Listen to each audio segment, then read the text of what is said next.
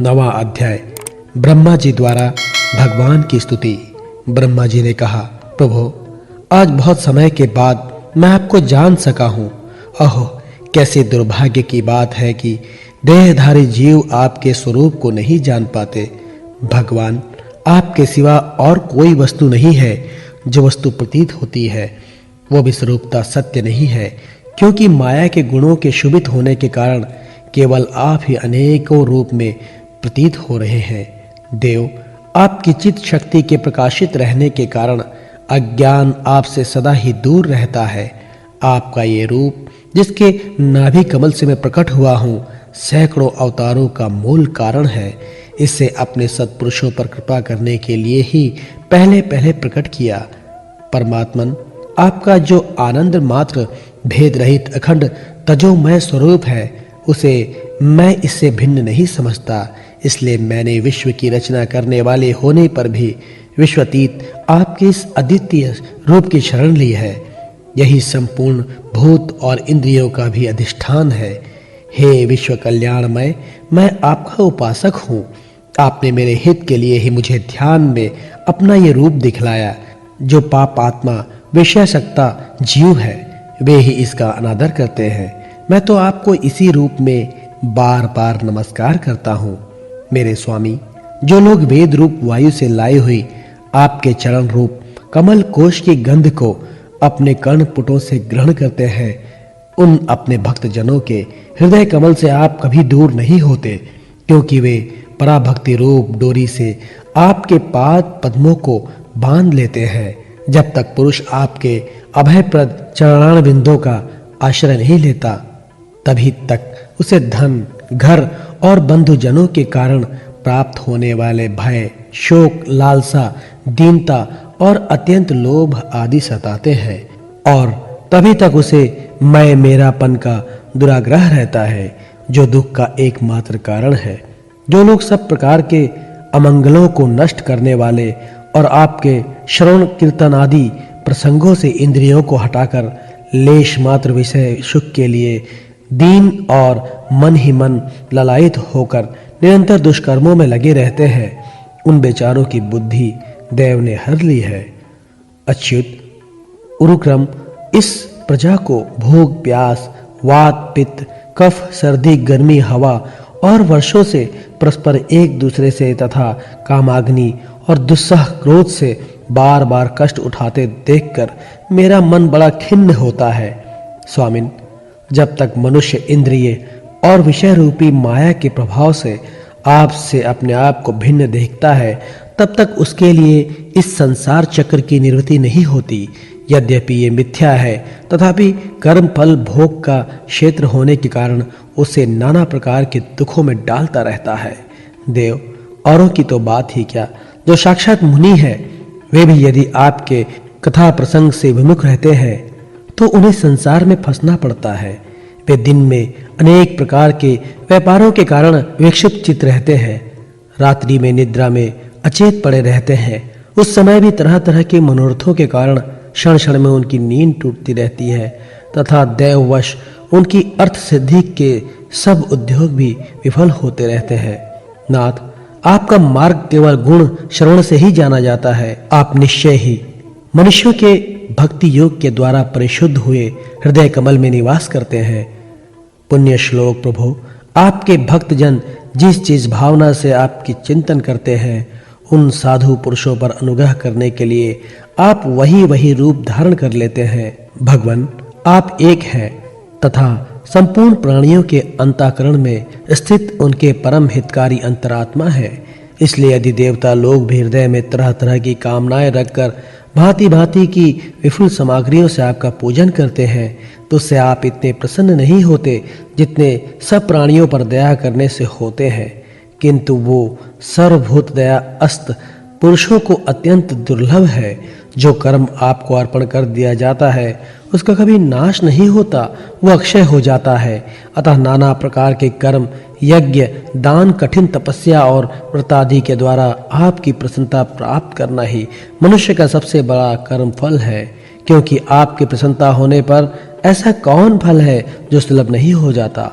आप सर्वदा अपने स्वरूप के प्रकाश से ही प्राणियों के भेद भ्रम का अंधकार का नाश करते रहते हैं तथा ज्ञान के अधिष्ठान साक्षात परम पुरुष है।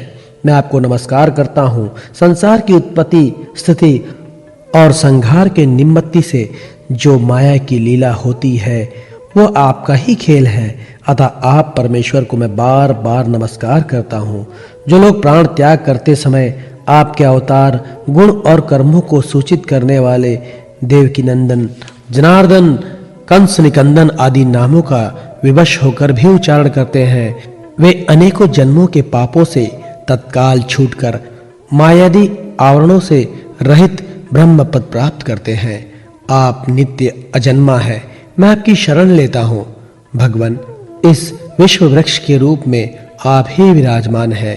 आप ही अपनी मूल प्रकृति को स्वीकार करके जगत की उत्पत्ति, स्थिति और प्रलय के लिए मेरे, अपने और महादेव जी के रूप में 3 प्रकार शाखाओं में विभक्त हुए हैं और फिर प्रजापति एवं मनु आदि शाखा प्रशाखाओं के रूप में फैलकर बहुत विस्तृत हो गए हैं। मैं आपको नमस्कार करता हूँ। भगवान, आपने अपनी आराधना को ही लोगों के लिए कल्याणकारी सर्वधर्म बताया है, किंतु वे इस ओर से उदासीन रहकर सर्वदा विपरीत कर्मों में लगे रहते हैं। ऐसी प्रमाद की अवस्था में पड़े हुए इन जीवों की जीवन आशा को जो सदा सावधान रहकर बड़ी शीघ्रता से काटता रहता है, वो बलवान काल भी आपका ही रूप है। मैं उसे नमस्कार करता हूँ। यद्यपि मैं सत्यलोक का अधिष्ठाता हूँ, जो 2 प्रार्ध पर्यंत रहने वाला और समस्त लोकों का वंदनीय है, तो भी आपके उस काल रूप से डरता रहता हूँ। उससे बचने और आपकी प्राप्ति करने के लिए ही मैंने बहुत समय तक तपस्या की है। आप ही आदि यज्ञ स्वरूप से मेरी इस तपस्या के साक्षी हैं। मैं आपको नमस्कार करता हूँ। आप पूर्ण कामा हैं। आपको किसी विषय सुख की इच्छा नहीं है, तो भी आपने अपनी बनाई हुई धर्म मर्यादा की रक्षा के लिए पशु, पक्षी, मनुष्य और देवता आदि जीव योनियों में अपनी ही इच्छा से शरीर धारण कर अनेक लीलाएं की है। ऐसे आप पुरुषोत्तम भगवान को मेरा नमस्कार है। प्रभु, आप अविद्या, अस्मिता, राग, द्वेष और अभिनिवेश 5 में से किसके भी अधीन नहीं है। तथापि इस समय जो सारे संसार को अपने उदर में लीन भयंकर तरंग मालाओं से विक्षुब्ध प्रलयकालीन जल में अनंत विग्रह की कोमल शैया पर शयन कर रहे हैं, वो पूर्व कल्प की कर्म परंपरा से श्रमित हुए जीवों को विश्राम देने के लिए ही है। आपके नाभि कमल रूप भवन से मेरा जन्म हुआ है। ये संपूर्ण विश्व आपके उदर में समाया हुआ है। आपकी कृपा से ही त्रिलोक की रचना उपकारों में प्रवक्त हुआ है। इस समय योग निद्रा का अंत हो जाने के कारण आपके नेत्र कमल विकसित हो रहे हैं। आपको मेरा नमस्कार है। आप संपूर्ण जगत के एकमात्र सुहृद और आत्मा हैं तथा शरणागतों पर कृपा करने वाले हैं। अतः अपने जिस ज्ञान और ऐश्वर्य से आप विश्व को आनंदित करते हैं, उसी से मेरी बुद्धि को भी युक्त करें, जिससे मैं पूर्व कल्प के समान इस समय भी जगत की रचना कर सकूं। आप भक्त व्याख्या कल्पतरु है। अपनी शक्ति लक्ष्मी जी के सहित अनेकों गुणावतार लेकर आप जो अद्भुत कर्म करेंगे, मेरे जगत की रचना करने का उद्यम भी उन्हीं में से एक है। अतः इसे रचते समय आप मेरे चित्त को प्रेरित करें, शक्ति प्रदान करें, जिससे मैं सृष्टि रचना विषयक अभिमान रूप मल से दूर रह सकूं। प्रभु, इस प्रलयकालीन जल में शयन करते हुए आप अनंत शक्ति परम पुरुष के नाभि कमल से मेरा प्रादुर्भाव हुआ है और मैं हूँ भी आपकी ही विज्ञान शक्ति। अतः इस जगत के विचित्र रूप का विस्तार करते समय आपकी कृपा से मेरा वेद रूप वाणी का उच्चारण लुप्त ना हो।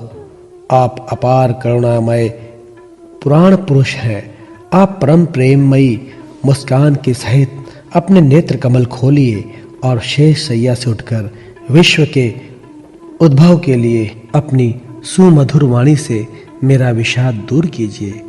श्री मैत्रेय जी कहते हैं, विदुर जी इस प्रकार तप, विद्या और समाधि के द्वारा अपने उत्पत्ति स्थान श्री भगवान को देखकर तथा अपने मन और वाणी की शक्ति के अनुसार उनकी स्तुति कर ब्रह्मा जी थके-थके से होकर मौन हो गए। श्री मधुसूदन, भगवान ने देखा कि ब्रह्मा जी इस प्रलय जल राशि से बहुत घबराए हुए हैं तथा लोक रचना के विषय में कोई निश्चित विचार न होने के कारण उनका चित्त बहुत खिन्न है। तब उनके अभिप्राय को जानकर वे अपनी गंभीर वाणी से उनका खेद शांत करते हुए कहने लगे। श्री भगवान ने कहा, वेद गर्भ, तुम विषाद के वशीभूत हो, आलस्य न करो। सृष्टि रचना के उद्यम में तत्पर हो जाओ। तुम मुझसे जो कुछ चाहते हो उसे तो मैं पहले ही कर चुका हूँ। तुम एक बार फिर तप करो और भगवान ज्ञान का अनुष्ठान करो। उनके द्वारा तुम सब लोगों को सपृष्ठया अपने अंतःकरण में देखोगे। फिर भक्ति युक्त और समाहिचित होकर तुम संपूर्ण लोक और अपने में मुझको व्याप्त देखोगे। तब मुझ में संपूर्ण लोक और अपने आप को देखोगे। जिस समय जीव काष्ठ में व्याप्त अग्नि के समान समस्त भूतों में मुझे ही स्थित देखता है, उसी समय वो अपने अज्ञान रूप मल से मुक्त हो जाता है। जब वो अपने को भूत, इंद्रिय, गुण और अंतःकरण से रहित तथा स्वरूपतः मुझसे अभिन्न देखता है तथा मोक्ष पद प्राप्त कर लेता है। ब्रह्मा जी, नाना प्रकार के कर्म संस्कारों के अनुसार अनेक प्रकार की जीव सृष्टि को रचने की इच्छा होने पर भी तुम्हारा चित्त मोहित नहीं होता। ये मेरी अतिशय कृपा का ही फल है। तुम सबसे पहले मंत्र दृष्टा हो। प्रजा उत्पन्न करते समय भी तुम्हारा मन मुझ में ही लगा रहता है। इससे पापमय रजोगुण तुमको बांध नहीं पाता। तुम मुझे भूत, इंद्रिय, गुण और अंतःकरण से रहित समझते हो। इससे जान पड़ता है कि यद्यपि देहधारी जीवों को मेरा ज्ञान होना बहुत कठिन है, तथापि तुमने मुझे जान लिया है। मेरा आश्रय कोई है या नहीं, इस संदेह से तुम कमल नाल के द्वारा जल में उसका मूल खोज रहे थे, सो मैंने तुम्हें अपना ये स्वरूप अंतःकरण में ही दिखलाया है। प्यारे ब्रह्मा जी, तुमने जो मेरी कथाओं के वैभव से युक्त मेरी स्तुति की है और तपस्या में जो तुम्हारी निष्ठा है, वो भी मेरी ही कृपा का फल है। लोक रचना की इच्छा से तुमने सगुण प्रतीत होने पर भी जो निर्गुण रूप से मेरा वर्णन करते हुए स्तुति की है, उससे मैं बहुत प्रसन्न हूँ। तुम्हारा कल्याण हो। मैं समस्त कामनाओं और मनोरथों को पूर्ण करने में समर्थ हूँ। जो पुरुष नित्य प्रति इस स्तोत्र द्वारा स्तुति करके मेरा भजन करेगा, उस पर मैं शीघ्र ही प्रसन्न हो जाऊंगा। तत्ववेत्ताओं का मत है कि पूर्ण तप, यज्ञ, दान, योग और समाधि आदि साधनों से प्राप्त होने वाला जो परम कल्याणमय फल है, वो मेरी प्रसन्नता ही है। विधाता, मैं आत्माओं का भी आत्मा और स्त्री पुत्र आदि प्रियों का भी प्रिय हूँ। देह आदि भी मेरे लिए प्रिय है। देह आदि भी मेरे लिए प्रिय है, अतः मुझसे ही प्रेम करना चाहिए। ब्रह्मा जी, त्रिलोकी को तथा जो प्रजा इस समय मुझ में लीन है, उसे तुम पूर्व कल्प के समान मुझसे उत्पन्न हुए अपने सर्ववेदमय स्वरूप से स्वयं ही रचो। श्री मैत्रेय जी कहते हैं, प्रकृति और पुरुष के स्वामी कमलनाभ भगवान सृष्टिकर्ता ब्रह्मा जी को इस प्रकार जगत की अभिव्यक्ति करवाकर अपने उस नारायण रूप में अदृश्य हो गए।